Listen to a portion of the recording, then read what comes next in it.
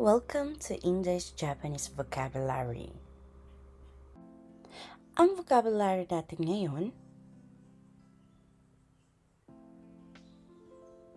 Level N3. Hi! Diba? 10 times on! First time ko po yata po kayo makausap. Hello po. よろしくお願いします。おー、イケボだね。よろしくお願いします。So, parehas pa rin po yung natin po, topic po. Ano po, pag-aaralan po natin yung mga vocabularies about po sa trabaho po natin. Hi! So, go na po tayo. Konbini. Hi! Ano po siya sa English or Tagalog kung meron po? Convenience store. So, that's convenience store. Hi! Dapat sugi. Tenin. Opo, guys. Ito po, sinusulat po siya ten-in, pero pinopronounce po siya tein. Tein. Opo. Pero, guys, wag po tayo magkakamali sa pagsulat kasi ang spell niya po is tein. Pero pag pronounce po siya, tein. Ano ba? Hay, go na tayo. So, this. Hay, ano po ang tein sa Tagalog or English po? Yung staff po. Staff ng convenience store. Pwede rin pong staff ng convenience store, maaari rin pong tindera po. Ano po? Hi, so, kapag sinabi pong konbini no ten, ano po siya? Tinderan sa convenience store. So, des, tindera sa convenience store. Hi, dewa, tsugi ikimashou. Eikai wakoshi. Hi, eikai wa koshi. Ano po siya? Wakarimasen. Daijoubu desu. English instructor. Teacher. Hi, English instructor or teacher po. Yung koshi po is instructor o kaya naman pong maaari pong teacher. Yung koshi po, marami po ang ibig sabihin niya po. Yung translation niya po sa Tagalog or English, meron, maaari rin po siyang tawagin as speakers. Ano po? So, mamaya po, pag tatalakin po, pag-aaralan din po natin po yung na maigi po kung ano po ang koshi po. Ano po? Hi. So, pag sinabi pong eikaiwa, English po siya kasi from the word pong ego, English language po. Ano po? Pero pag ginamitan po ng kaiwa, ibig pong sabihin, conversation in English po. Hi. Yun po ang eikaiwa koshi. So, more on conversation po sila, hindi po sila yung bumpo. Nagtuturo lang po yung teacher orally. Ano po? Hi. Sige, ikimashou. Honyaku. Translate. Hi. Translate po saan? Pagta-translate ng nakasulat. Hi. Pag sinabi pong honyaku, Written. So. Halimbawa po, meron pong nakasulat pong book po, naka-Japanese po siya. Ihuhonyaku ko po siya sa Tagalog o kaya sa English. Hi, yun po yung translation po na honyaku po. Ano po? Hi. Pag verbal. Honyaku no shigoto. Honyaku no shigoto means? Trabaho ng pagta-translate. So, yung honyaku, pag sinabi pong honyaku suru, magiging? Verb. Mag-translate ng nakasulat. Hi. Magiging verb na po siya. Suru form po ang honyaku po. Ano po? So, yung kanina pong sinasabi niyo po 10 times na verbal, ito naman po siya. Hi. Tsuyaku naman po ang tawag po doon. Hi. Sa Tagalog? Pagka-translate ng oral. Sa verbal po. Ano po? Orally po siya. Hi. Kaya pag sinabi pong tsuyaku no shigoto, Tsuyaku suru. Trabahong pagta-translate. Hi. At tama po yung sinabi niya po, magiging po siyang tsuyaku suru. At ang meaning niya po sa Tagalog ay? Mag-translate. So desu. Hi.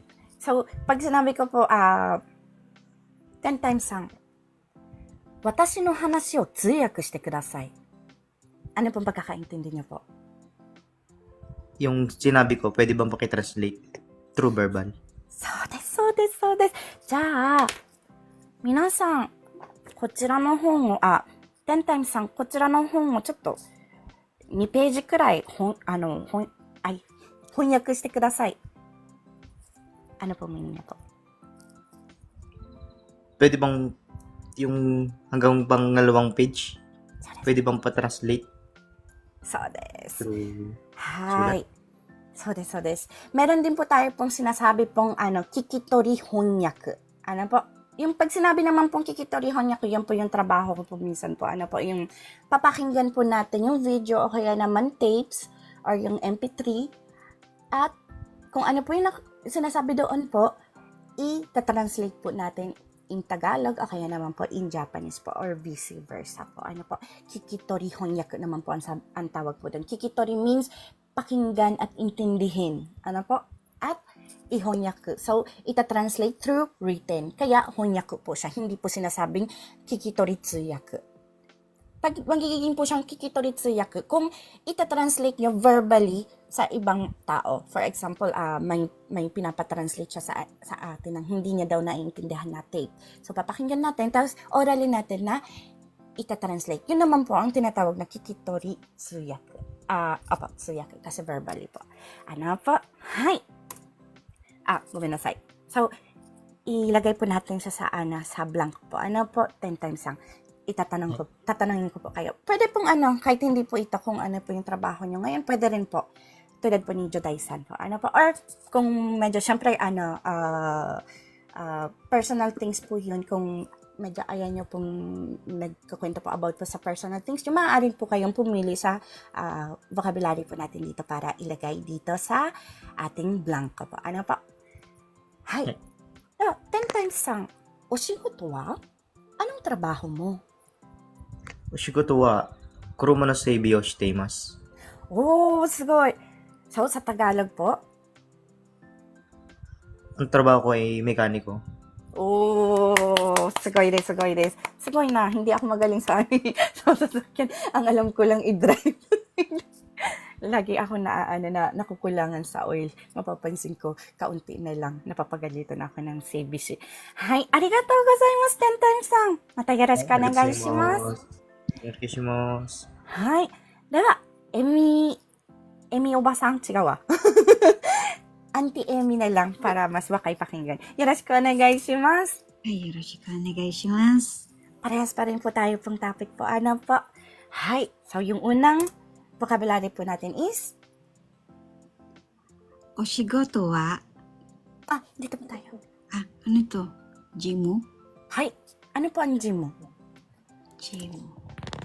Office work. Hi. Gym means office work po. Ano po? Pag sinabi pong gym no tetsudai. Tumutulong sa office work. Hi. Tumutulong sa office work. Hi. Kumbaga assistant siguro siya. Ano po? Hi. Tatsugi onegai shimasu. ホームベルバ Home ホームヘルバ helper. ヘルパー、ホームヘルパー。そうです、そうです。Home helper. Hi. Diba, gamitin po natin ito. O kaya naman po yung, kung okay lang po sa inyo sabihin ko ano po ang trabaho niyo, maaari niyo pong ilagay dito sa blank po natin po. Ano po, tatanungin ko po kayo, Auntie Emi. Auntie Emi, oshigoto wa? Anong trabaho mo? ジムの手伝うお仕事してます。ジムをしてます。 Pwede rin po, gym mo stay mas. So, ibig po sabihin, office work po kayo. So, ang trabaho ko po ay office work. Ay, pwede rin pong ganyan po. Home helper. Ayan yung taga-assistant ng office work. Kundi gusto niyo office work talaga. Oh, maganda yun. Sugoi kokorozashi. Hai, arigatou gozaimasu. Hai. So guys, ano ang pagkakaiba ng sensei, kyoshi, at koshi? Hai. Meron po nakakaintindi po ng pagkakaiba po ng tatlong ito?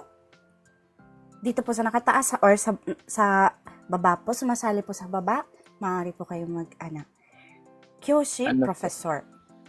Kyoshi po is professor. Hi. Yan po yung naalala ko last explanation niyo po dati. それは教授かな? Wala yun. Kyoju po ang professor. Hi. Parang ganun.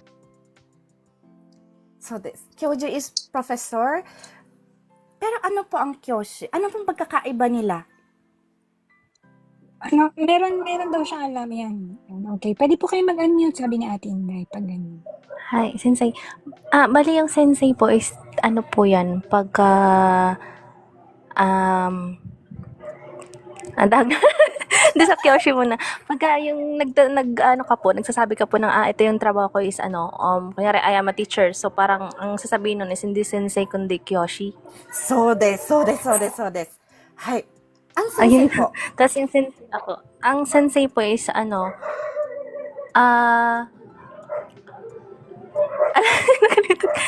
po, yung pagka nagsasabi, paano ba? Di ko paano sensei.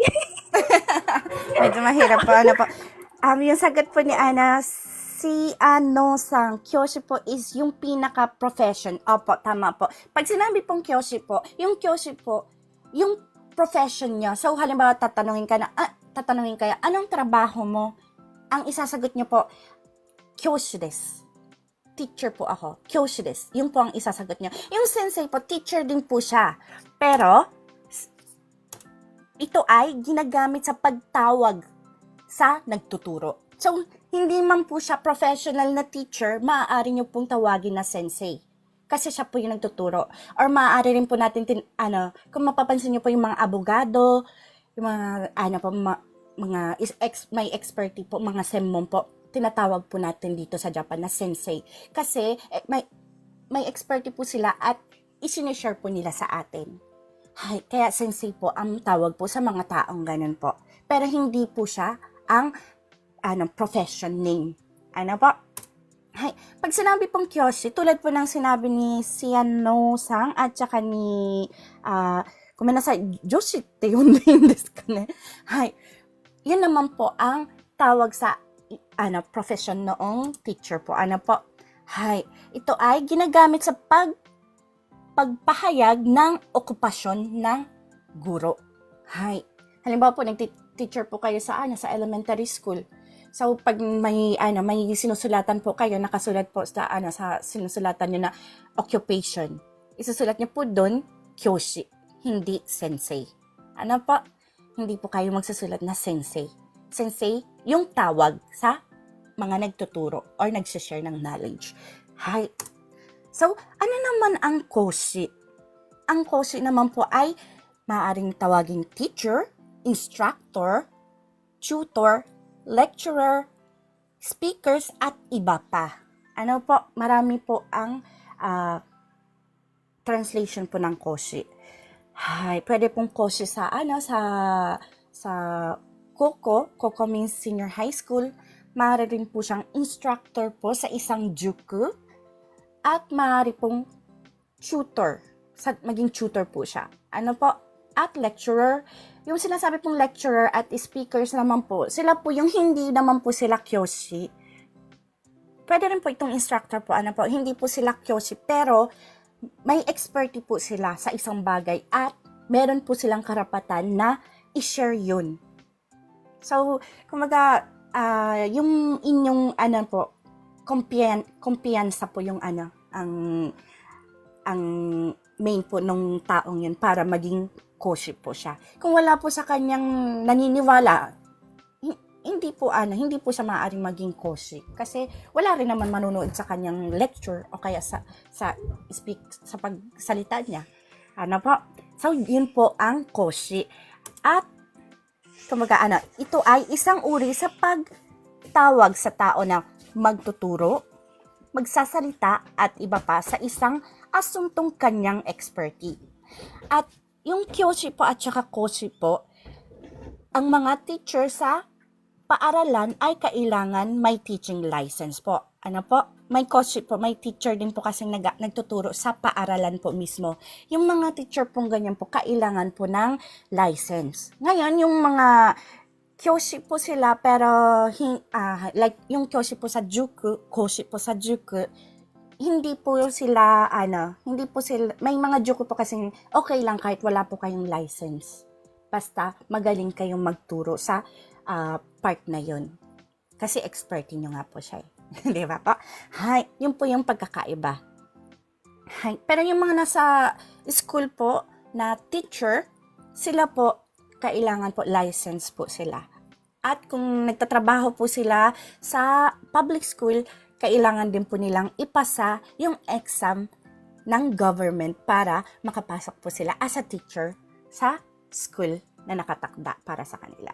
Ano po? Ito po ay cut out from our free entry lesson class.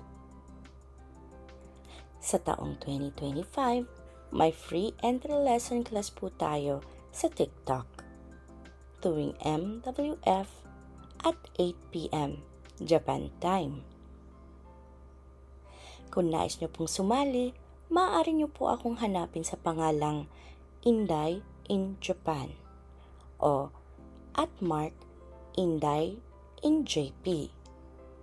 Please follow me and stalk me sa mga araw at oras na aking nabanggit. Thank you for watching and please continue supporting me, follow me, and share my videos for more contents. Maraming salamat po. Hanggang sa muli.